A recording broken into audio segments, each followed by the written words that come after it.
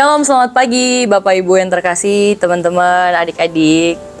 Pagi ini kita akan mulai Victorious Devotion. Welcome back. Kita akan mulainya dengan doa. Mari sama-sama kita satukan hati kita. Kita berdoa. Tuhan, terima kasih atas berkat-Mu pada pagi hari ini. Kau telah bangunkan kami dengan tubuh yang sehat dan tidak kekurangan suatu apapun juga. Hari ini kami mau mulai hari kami dengan yang baik ya Tuhan, dengan mendengarkan suara kebenaran firman-Mu. Berbicaralah kepada setiap kami sebab kami siap mendengar. Terima kasih ya Tuhan. Kami sambut firman-Mu dalam nama Tuhan Yesus. Haleluya. Amin. Yohanes 15 ayat 13. Tidak ada kasih yang lebih besar daripada kasih seseorang yang memberikan nyawanya untuk sahabat-sahabatnya. Bapak Ibu, teman-teman pasti udah pernah dengar ayat ini lah ya. Untuk ayat ini di khotbah-khotbah atau di renungan-renungan sebelumnya. Mungkin udah pernah dengar dan mungkin udah pernah baca sendiri gitu. Dan pagi ini kita akan belajar lagi dari ayat ini untuk mengasihi next level. Tuh. Yohanes 15 ayat 13 ini mengajarkan kita bentuk kasih yang tertinggi adalah memberikan nyawa. Kata memberikan atau bahasa Yunaninya titaime di Yohanes 15 ayat 13 ini berarti menaruh dengan berlutut. Gitu ya, menaruh dengan berlutut, menyerahkan hidup dengan sengaja dan sepenuh hati gitu. Coba bisa kita bayangin kalau kita sedang membawa diri kita, terus kita taruh dengan berlutut. Seperti itu kira-kira kata memberikan dalam Yohanes 15 ini gitu.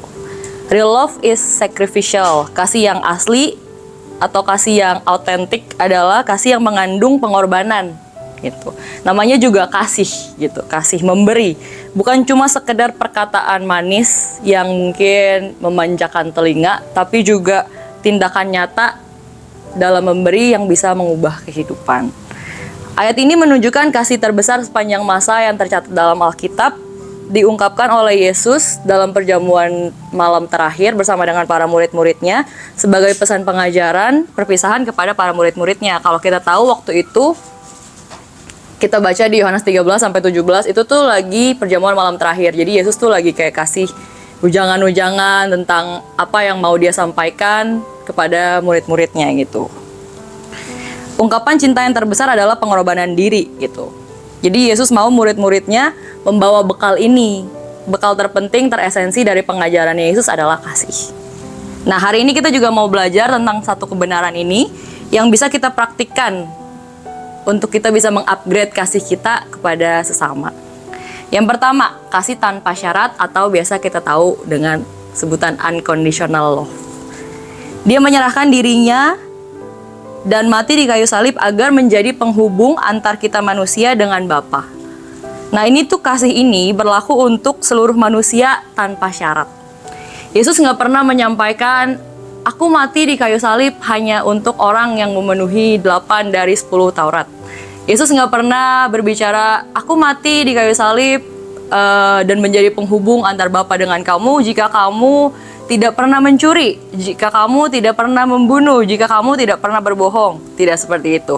Jadi Yesus mengasihi kita, Yesus memberikan dirinya untuk kita, dia menyerahkan nyawanya untuk kita tanpa syarat.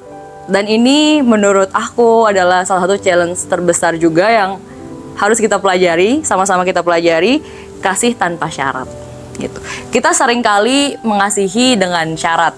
Kayak kadang-kadang kita mengasihi kepada orang yang baik aja sama kita gitu. Coba kita pikirin kalau misalnya Yesus kayak gitu juga. Gimana kita? Kayak abislah kita. Pasti kita binasalah. Tapi puji Tuhan, Yesus baik. Dia mengasihi kita tanpa syarat. Dia mencintai kita selagi kita masih berdosa. Ayo kita belajar mencintai, belajar mengasihi saudara kita, sesama kita ketika mereka masih melakukan kesalahan kepada kita. Ketika mereka masih membenci kita. Ketika mereka masih ngomongin kita di belakang misalnya. Ketika mereka masih menyakiti perasaan kita. Ayo kita belajar mengasihi mereka tanpa syarat seperti Yesus. Yesus mengasihi kita bukan karena kita baik. Tapi Yesus mengasihi kita karena dia baik. Kayak lately papaku, Omkus lagi sering nyanyi lagu Aku Ada Hari Ini Karena Tuhan Baik dan teramat baik bagiku. Nah, lagu ini tuh ingetin aku banget bikin aku sadar banget betapa sebenarnya kasih Tuhan itu tercurah bagi setiap kita tanpa syarat. Kayak apapun yang kita alami, apapun yang kita lakukan, Tuhan Yesus tuh selalu mencurahkan kasih-Nya bagi setiap kita. Tuhan Yesus baik bagi kita. Ia menunjukkan kasih yang tanpa syarat itu sampai titik penghabisan. Apa sih maksudnya titik penghabisan? Maksudnya adalah nyawanya. Nyawanya ini bentuk kasih yang harus kita praktekkan kepada sesama. Nah, kita masuk ke poin 2, di mana ayo sama-sama kita belajar untuk mementingkan kepentingan orang lain daripada kepentingan diri kita sendiri. Atau biasa kita kenal dengan selfless love. Yesus mati agar kita bisa hidup. Jadi Yesus mengorbankan dirinya, dia mati untuk kita bisa peroleh hidup. Nyawa itu berbicara tentang sesuatu yang penting. Nyawa pasti penting dong ya teman-teman, Bapak Ibu pasti mempertahankan nyawa dalam kehidupan ini gitu. Tapi Yesus as a human pasti dulu kalau kita bayangin mungkin dia merasakan juga kepentingan dari nyawanya. Tapi dari kisah Yesus ini kita belajar bagaimana dia mengesampingkan kepentingan nyawanya demi kepentingan umat manusia. Dalam hal ini dia mementingkan kepentingan keselamatan umat manusia. Walaupun perkataan ini dinyatakan dalam Last Supper pada malam sebelum Yesus disalibkan, itu ditujukan kepada murid-muridnya. Tapi Yesus mati bukan hanya untuk murid-muridnya. Yesus mati untuk semua orang. Mengasihi sesama, rela berkorban bagi sesama, itu kita juga nggak boleh pilih-pilih. Sama seperti Yesus nggak pilih-pilih hanya untuk muridnya aja, hanya untuk orang yang dikasihinya aja. Walaupun Yesus kasihin semua orang ya, tapi kalau kita tidak boleh pilih-pilih gitu. Kasihilah semua orang. Buat yang kids dan teens mungkin dalam sekolah, dalam kuliah, nggak boleh pilih-pilih teman, nggak boleh ikut ngebully temennya yang mungkin kayak kita anggap dia nggak asik atau nggak seru gitu, dibully. Nggak boleh pilih-pilih teman, harus mengasihi. Kalau dijahatin harus kasihi gitu ya. Ingat ya, buat yang youth dan dewasa nggak boleh pilih-pilih mengasihi orang. Kasihi orang biasanya tadi yang aku bilang, hanya kepada orang yang baik aja. Dan firman Tuhan juga mengatakan, apalah jasamu gitu, kalau kamu mengasihi kepada orang-orang yang baik aja, karena orang berdosa pun demikian gitu. Jadi kasihilah musuhmu dan berdoalah bagi mereka yang menganiaya kamu gitu. Mengasihi walaupun mati menjadi harganya. Ketika Yesus berbicara untuk seorang memberikan dirinya, dia tidak sedang berbicara tentang kematian fisik saja, tapi juga hidup yang tidak mementingkan diri sendiri dan hidup yang melayani. Mungkin kita nggak terpanggil untuk mati buat sesama kita, tapi ayo matikanlah diri kita, matikanlah ego kita untuk bisa hidup penuh pengorbanan untuk sesama. Mungkin ini bentuknya bisa jadi kita memberikan waktu, bisa jadi kita memberikan mata kita sebagai bentuk perhatian, memberikan telinga kita untuk mendengar, memberikan feelings kita untuk emotional support teman kita yang lagi down, atau bisa juga memberikan tenaga kita atau kerja keras kita membantu orang tua, dan juga uang kita untuk mereka yang membutuhkan. Terlebih juga dinyatakan dalam bentuk pengampunan, gitu. Pengampunan kepada mereka yang sudah menyakiti kita. Kasih yang walaupun, seperti Yesus yang mengasihi kita walaupun. Gitu. Terakhir adalah kita belajar dari teladan kasih Yesus. Ini next levelnya. Dari teladan hidup Yesus kita belajar bagaimana next levelnya mengasihi.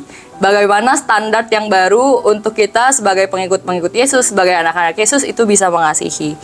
Seharusnya seperti apa sih kasih yang terpancar dalam hidup kita? Ya kasih yang seperti Yesus miliki. Yang pertama tadi unconditional love, dan yang kedua adalah selfless love. Yang ketiga adalah kasih yang abadi. Yesus tuh memiliki kasih yang endless love. Kasihnya abadi, tidak kenal momen, dan ada dalam setiap masa kehidupan kita. Ini juga harus kita pelajari. Mengasihi dengan pengorbanan adalah DNA kita sebagai orang percaya. DNA kita sebagai anak-anak Kristus. Kita dipanggil untuk menjadi sempurna seperti Bapa kita adalah sempurna. Dia sang kasih, berarti kita juga harus jadi sang kasih. Yuk praktekkan dalam kehidupan sehari-hari, bulan ke bulan, tahun ke tahun, sampai akhirnya menjadi pola hidup kita dan kehidupan kita mencerminkan karakter Kristus. Amin. Untuk firman Tuhan, kita tutup dalam doa. Tuhan, terima kasih atas berkat-Mu pada pagi hari ini ya Tuhan. Kami telah selesai mendengarkan kebenaran firman-Mu. Mampukan setiap kami ya Tuhan untuk menjadi pelaku-pelaku firman. Mampukan setiap kami ya Tuhan untuk bisa mengasihi dengan kasih yang tanpa syarat, dan juga kasih yang mementingkan kepentingan orang lain. Terima kasih ya Tuhan, berjalanlah bersama dengan kami, sebab kami tidak mampu berjalan tanpamu. Terima kasih, dalam nama Tuhan Yesus kami serahkan hal ini ke dalam tangan-Mu. Haleluya, amin.